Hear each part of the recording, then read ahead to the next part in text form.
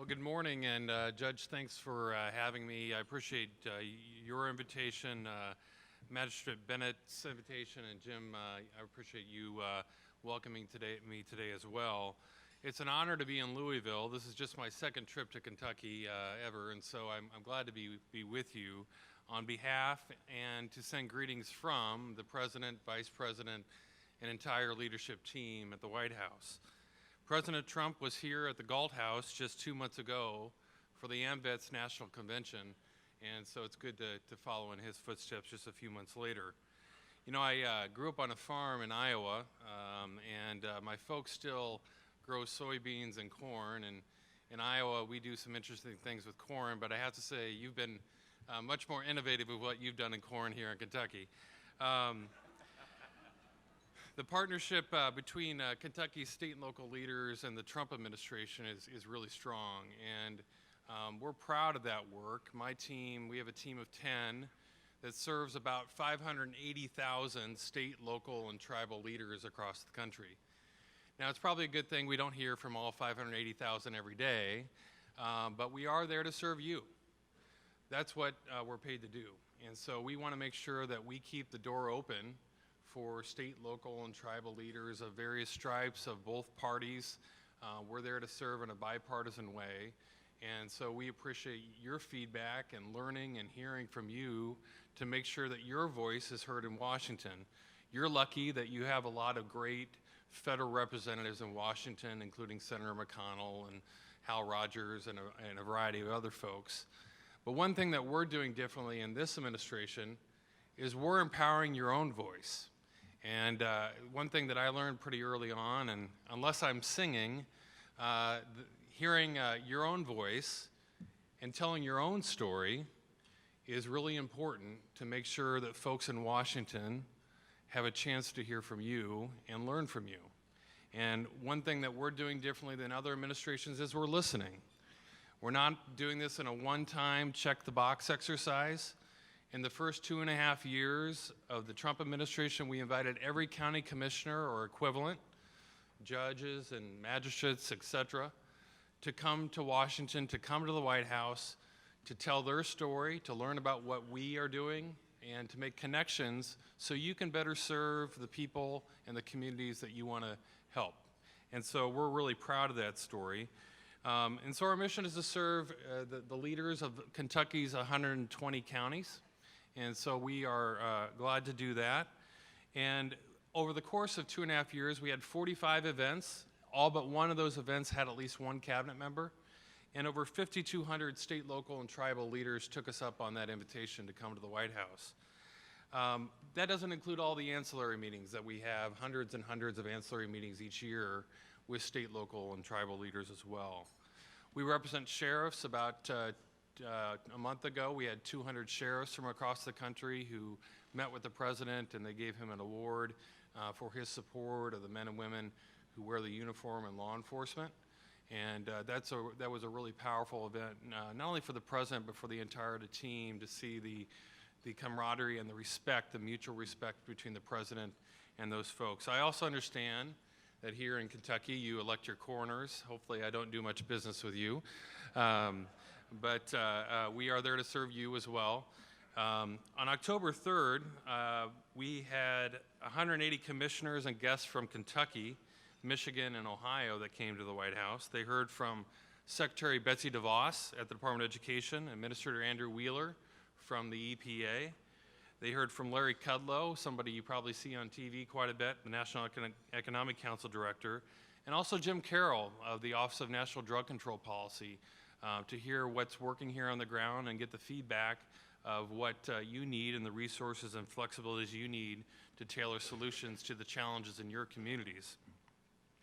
In the last 2 months, IJA also has met with Lexington Mayor Linda Gorton, Louisville Mayor Greg Fisher, Bourbon County Judge Executive Michael Williams, and Scott County Judge Executive Joe Pat Covington. Also, we meet regularly and talk regularly, including this week, the president talked with Governor Bevin. And we have a great working relationship with Governor Bevin and his team on a variety of shared priorities on combating the opioid epidemic, on advancing opportunity zones, on prison and criminal justice reform, on driving regulatory reduction, including the governor's red tape initiative, and achieving American energy dominance. And that's something that has a moral component to it as well, not only for the folks who work in the energy industry, but for the American family who now has lower energy costs when they fuel up their car, or when they light their home, or the small business who now has lower energy costs at work, or the manufacturer who is now more competitive in the global market because of the lower energy costs that they have, and they can hire more people and invest in capital and do things that help grow the economy. And so we're really proud of that story and the partnership that we have with the Governor Bevin and state and local leaders across the Commonwealth of Kentucky. Governor Bevin has interacted with the President and cabinet members at least 104 times since the beginning of the administration. He has hosted the administration in Kentucky and has led on the shared priorities that I mentioned previously. Yesterday, we hosted a symposium of senior governor's staff, about 20 chiefs of staff, and including senior staff from Governor Bevin's team at the White House, to talk about a bipartisan group to talk about shared priorities and how we can better serve our fellow citizens. I want to share a little bit about those priorities that we work every day in partnership with you all. I'm a big believer that good policy yields good results. And while some in Washington are distracted by partisan politics, the President and his entire team are going to stay laser focused on working on behalf and delivering results for the American people.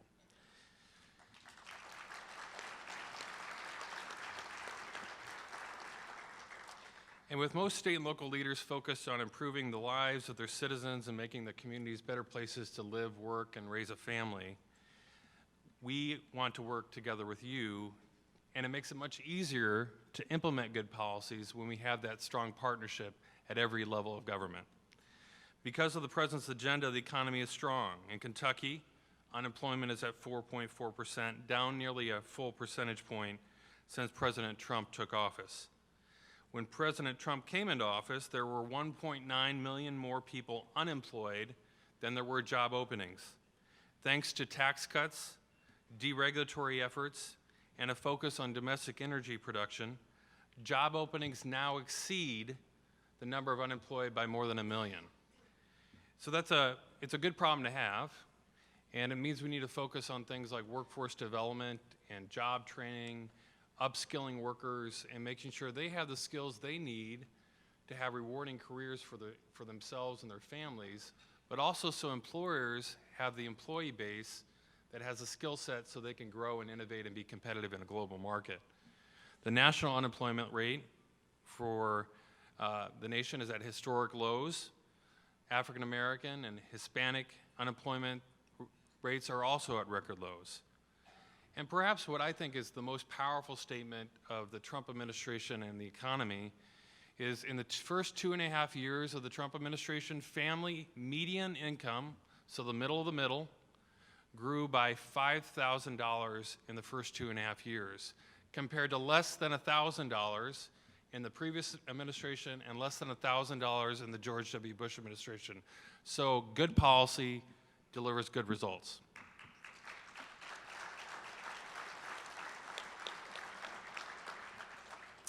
On economic prosperity, we're glad that it's touching all corners of the country, and in Kentucky, and rural and urban alike. You've seen some really good investments and economic growth opportunities in the Commonwealth.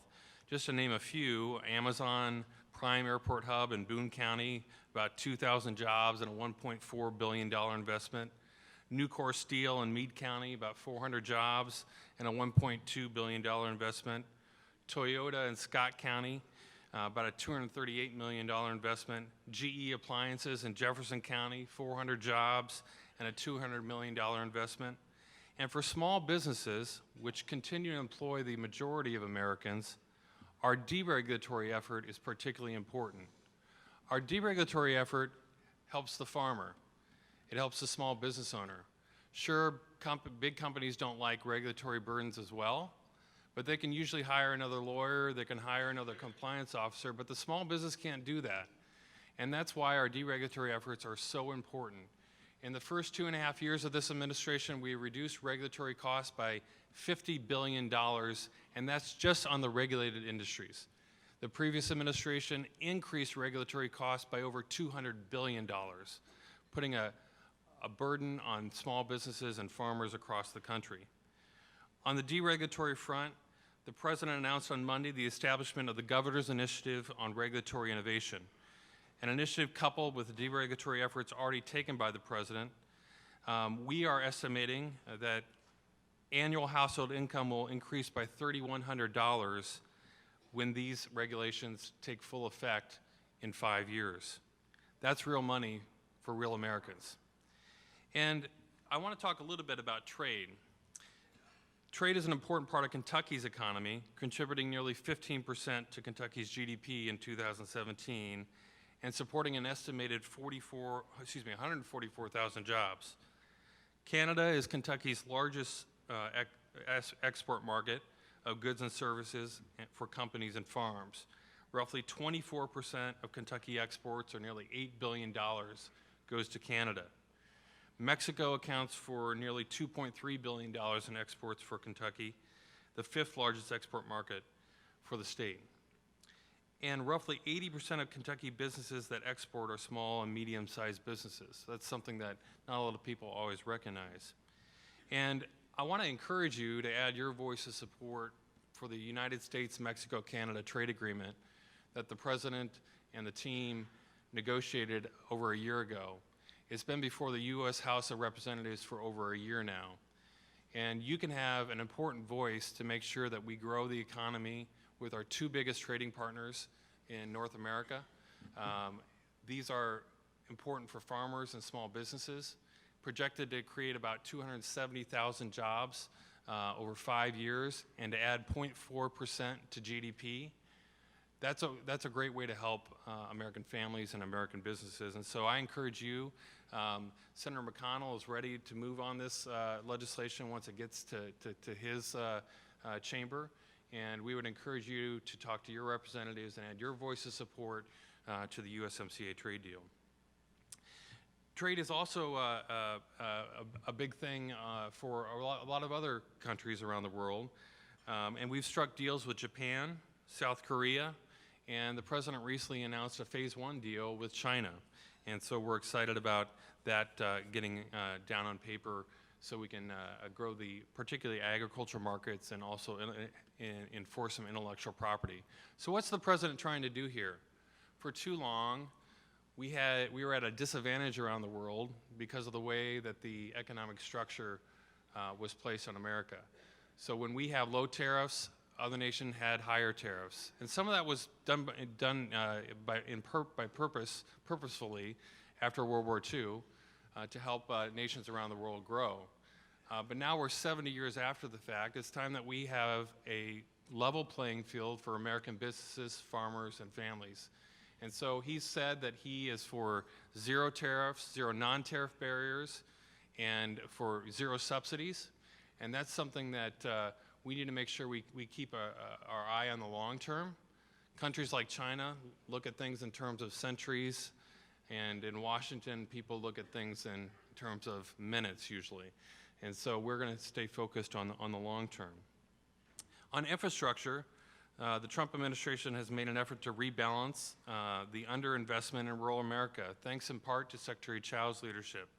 In 2018, 60% of the bill grant applications were for rural projects, and 62 projects were awarded to rural areas, compared to just 21% of the bill grant or Tiger grants for its predecessor program in the previous administration that went to rural America. So we flipped that. We're making sure that rural America has a voice. And I know we've got the state director for USDA here today, and if you don't know her, you should get to know her and her team, Hilda Gay-Legg, and learn more about what resources you all have to work with from the USDA and other federal agencies.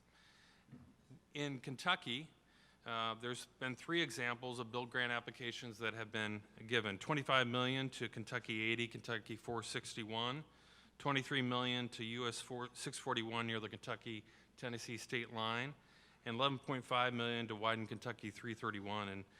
And so we're putting investments in Kentucky, and we appreciate the partnership to do that. This year, there were $900 million in appropriations with roughly $9 billion in applications. So it shows that there's demand out there and an oversubscription of that program. And so we're looking at ways, looking at the bipartisan effort that's currently going on in the U.S. Senate to pass some highway legislation and maybe a vehicle that could perhaps be used for advancing infrastructure across the country. USDA has some good investments and are trying to do some things a little bit differently and give flexibilities to rural America.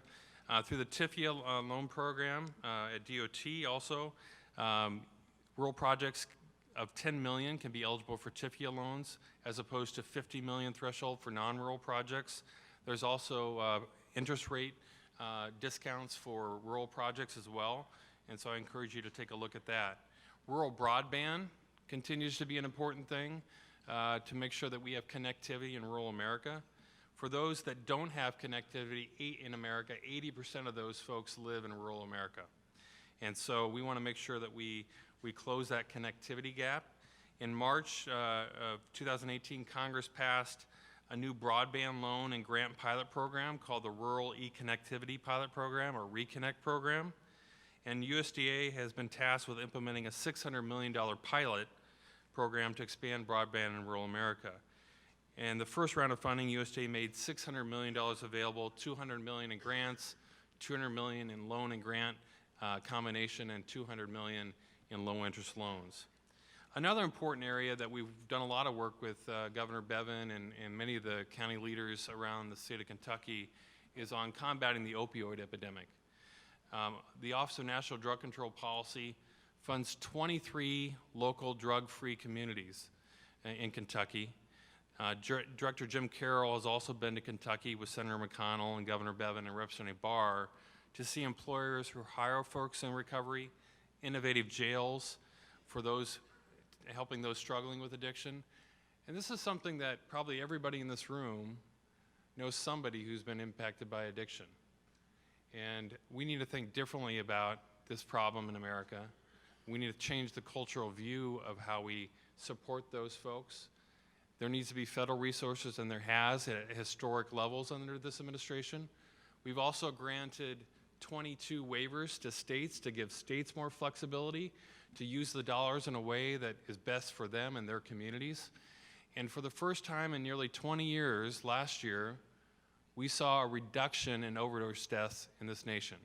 And so that's thanks in large part to the work that you're doing, but it's going to take federal, state, local, faith, family, everybody wrapping their arms around those in need and those who need help, and making sure that we stay focused on this epidemic. I want to just close and just say I'm really optimistic for the future of our country. I think we have a great working relationship with our state, local, and tribal leaders around the country. Again, we're there to serve you. Please take us up on that offer, and I'm glad to take some questions.